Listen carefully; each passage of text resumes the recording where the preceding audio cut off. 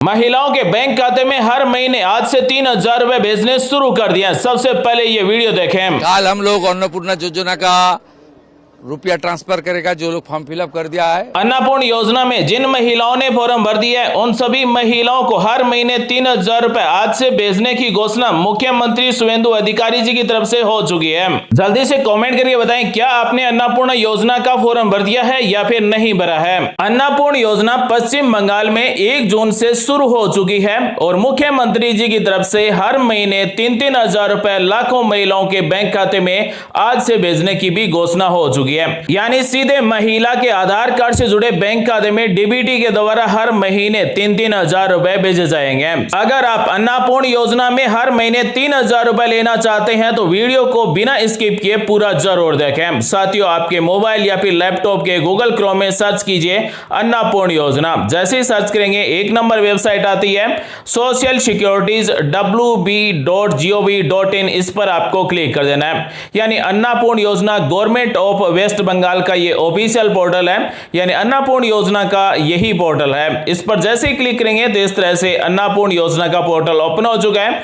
यहां पर आपको ऑफलाइन फॉर्म मिलते हैं। यहां से हम अन्नपूर्ण योजना का ऑफलाइन फॉर्म डाउनलोड कर सकते हैं इंग्लिश भाषा में, बंगाली भाषा में और हिंदी भाषा में। फॉर्म भरने के बाद में अधिकारी की तरफ से इसी पोर्टल पर ऑनलाइन किया जाता है और कुछ दिनों में हम अपने फॉर्म का स्टेटस भी चेक कर सकेंगे कि हमारा फॉर्म अप्रूव हुआ है या फिर रिजेक्ट हुआ है। दोस्तों, अन्नपूर्ण योजना का ऑफलाइन फॉर्म आप कैसे भर सकते हैं, तो यहां से आप फॉर्म डाउनलोड कर सकते हैं या फिर अन्नपूर्ण योजना के फॉर्म भरने का जो शिविर है वहां पर जाकर ये आप फॉर्म भरवा सकते हैं या फिर सरकार की तरफ से कर्मचारी कार्यकर्ताओं के द्वारा भी घर घर जाकर फॉर्म भरे जा रहे हैं। दोस्तों, अन्नपूर्ण योजना वेस्ट बंगाल में भाजपा सरकार की तरफ से शुरू की गई एक ऐसी योजना है जिस योजना के अंतर्गत 25 वर्ष से लेकर 60 वर्ष तक की पात्र महिलाओं को हर महीने 3,000 रुपए मिलेंगे। जिन महिलाओं को लक्ष्मी भंडार योजना के अंतर्गत हर महीने रुपए मिल रहे थे, आर्थिक सहायता मिल रहे थे, उन सभी महिलाओं को भी इस अन्नपूर्ण योजना में स्थानांतरण किया जा रहा है, ट्रांसफर किया जा रहा है।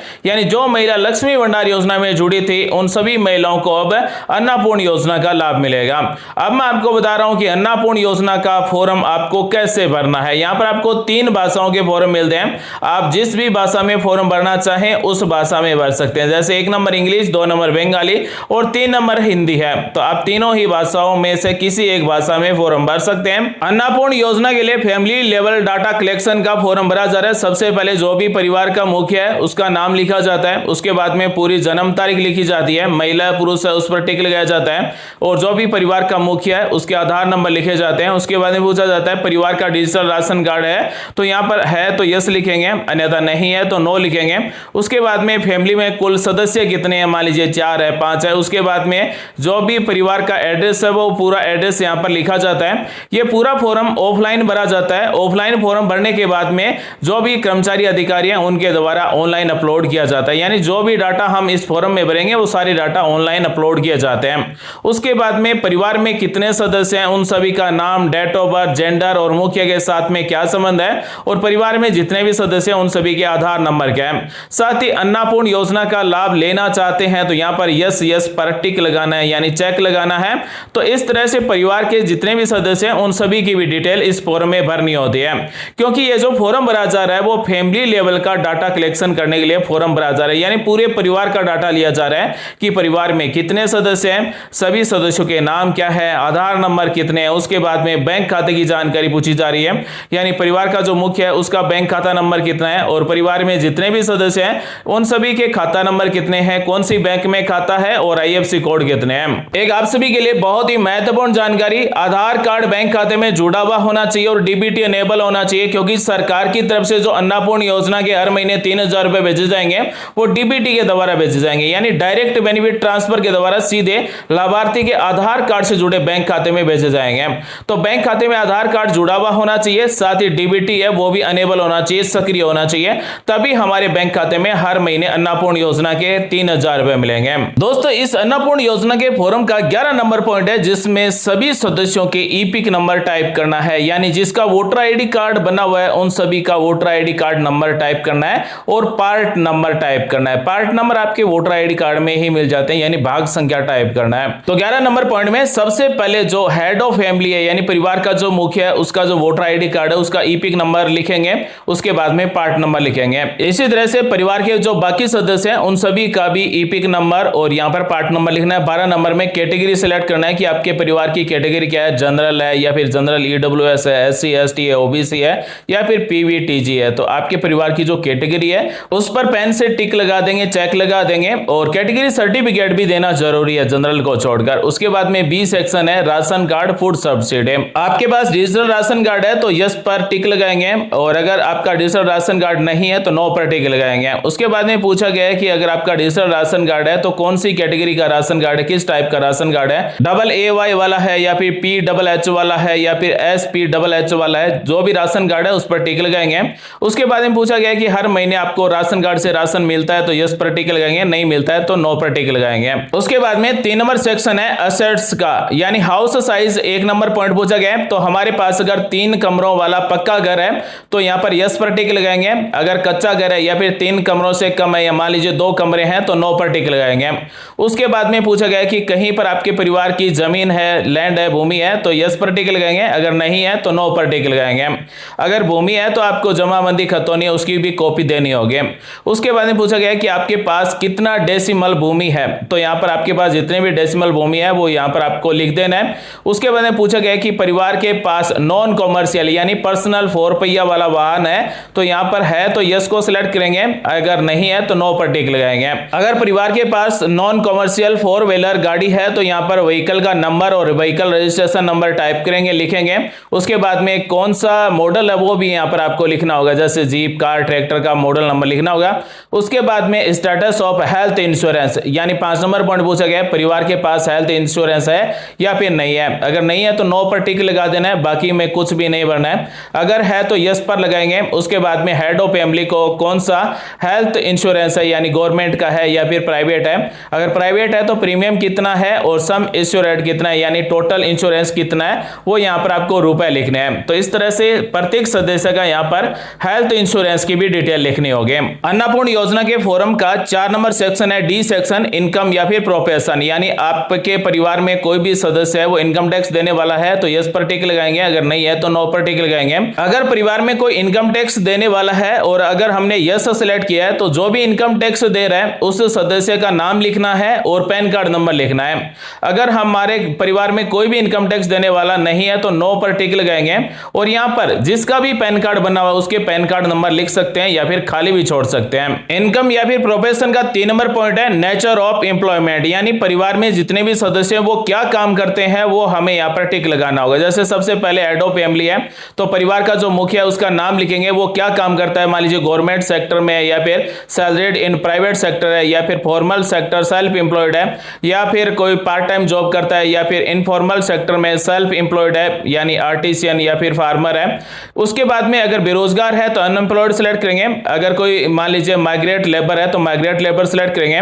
अगर मान लीजिए हाउस वाइफ है या फिर इनमें से कोई भी नहीं है तो अदर भी सिलेक्ट करेंगे, अदर पर टिक लगाएंगे। तो इस तरह से हमने जितने भी परिवार के सदस्यों के नाम टाइप किए हैं उन सभी मेंबर का यहाँ पर नाम लिखना है और वो क्या काम करते हैं उस पर टिक लगाना है। मान लीजिए स्टूडेंट है तो अदर पर टिक लगाएंगे। उसके बाद में 4 नंबर पॉइंट है परिवार में कितने सदस्य शिक्षित हैं और कितने सदस्य हैं वो अनपढ़ है। तो यहाँ पर मान लीजिए परिवार में 4 सदस्य हैं और चारों ही शिक्षित है तो यहाँ पर लिटरेट में 4 टाइप करेंगे, 4 लिखेंगे। अगर 3 शिक्षित हैं और 2 अनपढ़ हैं तो यहाँ पर लिटरेट में 3 लिखेंगे और इलिटरेट में यहाँ पर 2 लिखेंगे।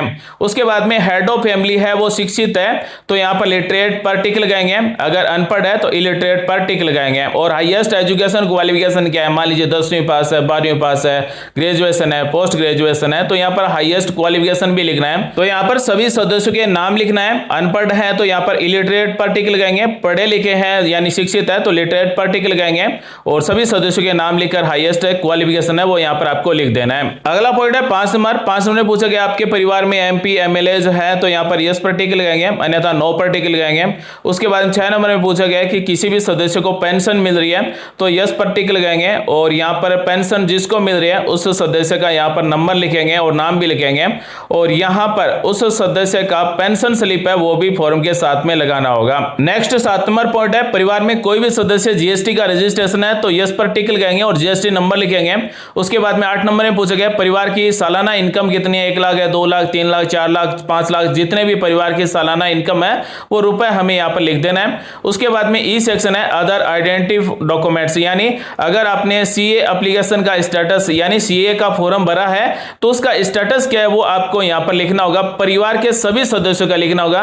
सबसे पहले हेड ऑफ फैमिली का नाम लिखना है। अगर फॉर्म नहीं भरा है तो नोट एप्लीकेबल पर टिक लगाएंगे। अगर अप्लाई किया है तो एप्लीकेशन नंबर लिखेंगे, अप्लाइड पर टिक लगाएंगे। अगर सीए का सर्टिफिकेट मिल चुका है तो इश्यूड पर टिक लगाएंगे और सर्टिफिकेट नंबर लिखेंगे। तो इसी तरह से बाकी परिवार के सभी सदस्यों का भी सीए की डिटेल भरना होगा। नेक्स्ट पॉइंट में पूछा गया परिवार में किसी का भी केसीसी बना हुआ है या फिर क्रेडिट कार्ड बना हुआ है या फिर स्टूडेंट क्रेडिट कार्ड बना हुआ है तो यहाँ पर हेड ऑफ फैमिली का नाम, मान लीजिए अगर किसान क्रेडिट कार्ड बना हुआ है, केसीसी बना हुआ है तो आईडी नंबर और कब बना हुआ है वो तारीख लिखना है। तो इस तरह से परिवार में जिसका भी केसीसी बना हुआ है या फिर स्टूडेंट क्रेडिट कार्ड बना हुआ है उसकी डिटेल लिखना होगा। नेक्स्ट पॉइंट है एसआईआर 2026 में किसी का भी नाम वोटर लिस्ट से हटाया गया है तो उस सदस्य का नाम लिखना है और उस सदस्य का नाम क्यों हटाया गया उसकी डिटेल भी यहाँ पर लिखनी होगी।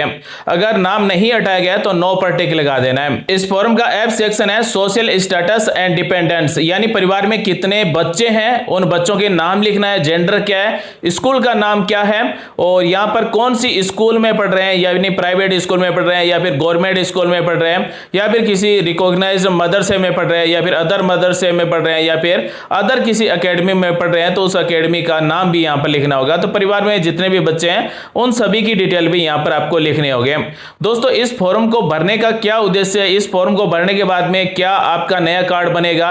2 नंबर पॉइंट में पूछा गया बच्चों का वैक्सीनेशन हुआ या फिर नहीं हुआ वो यहाँ पर आपको लिखना होगा। जैसे 1 नंबर चाइल्ड है उसका नाम अगर वैक्सीन हुआ है तो यस पर टिक लगाएंगे और वैक्सीन आईडी नंबर लिखेंगे। अगर बच्चे के वैक्सीन नहीं लगी है तो नोट वैक्सीनेटेड इस पर टिक लगाएंगे। अगर वैक्सीन लगी हुई है तो यस पर टिक लगाएंगे और यहाँ पर वैक्सीन आईडी लिखेंगे। तो परिवार में जितने भी बच्चे हैं उन सब का वैक्सीन की डिटेल भी यहाँ पर आपको लिखनी होगी। फॉर्म का अगला सेक्शन है जी बेनिफिट अंडर गवर्नमेंट स्कीम्स, यानी किसी भी सदस्य को अगर सरकारी योजना का लाभ मिल रहा है तो उस योजना का नाम हमें यहाँ पर लिख देना है। मान लीजिए किसी परिवार को पेंशन मिल रही है तो पेंशन लिख देंगे, अगर छात्रवृत्ति मिल रही है तो स्कॉलरशिप लिख देंगे। इस तरह से स्कीम का नाम लिखना है कि कौन सी स्कीम के अंतर्गत आपको लाभ मिल रहा है। उसके बाद में जो 2 नंबर पॉइंट है वो फील्ड ऑफिसर है उसके द्वारा भरा जाएगा। उसके बाद में एच में डिक्लेरेशन एंड कंसेंट है, एग्री पर टिक लगाएंगे। जो भी परिवार का मुख्य है जिसके नाम से हम फॉर्म भर रहे हैं उसका हस्ताक्षर होगा या फिर अंगूठा निशानी लगाई जाएगी।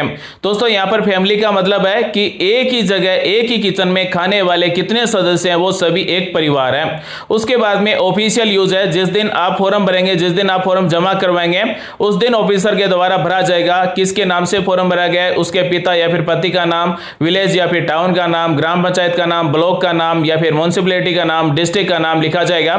उसके बाद में अगर फॉर्म सब कुछ डिटेल करेक्ट है तो यहाँ पर इस पर I have formed the application and information provided therein to be correct, इस पर टिक लगाया जाएगा। अगर करेक्ट नहीं है तो 2 नंबर द फॉलोइंग इंफॉर्मेशन इस पर टिक लगाया जाएगा और यहाँ पर डिटेल लिखी जाएगी कि ये कंप्लीट क्यों नहीं है। उसके बाद में आपका फॉर्म एक्सेप्ट होगा तो एक्सेप्टेंस पर टिक लगाया जाएगा, अगर रिजेक्ट होगा तो रिजेक्शन पर टिक लगाया जाएगा।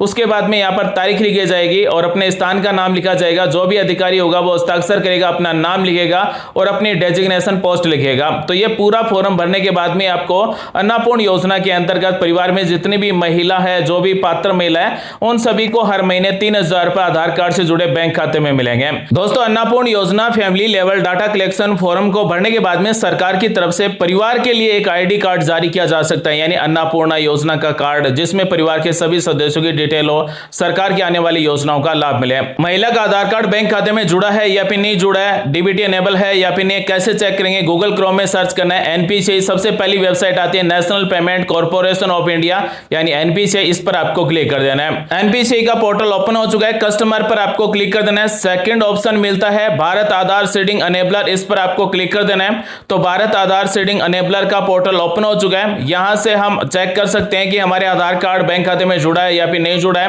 बैंक खाते में डीबीटी अनेबल है या फिर नहीं है, क्योंकि डीबीटी अनेबल होना जरूरी है। तो 4 नंबर ऑप्शन है आधार मैप्ड स्टेटस, इस पर हमें क्लिक कर देना है। उसके बाद में यहां पर महिला के आधार नंबर टाइप कर देना है, कैप्चा कोड जैसा दिख रहा है वैसा का वैसा कोड टाइप कर देना है। है और चेक स्टेटस पर क्लिक कर देना है। तो आधार कार्ड से जुड़े मोबाइल नंबर पर ओटीपी नंबर भेजा जाएगा। ओटीपी नंबर टाइप करना है, कन्फर्म पर क्लिक कर देना है। अगर महिला का आधार कार्ड बैंक खाते में जुड़ा है तो आधार मैप्ड स्टेटस इस तरह से आएगा।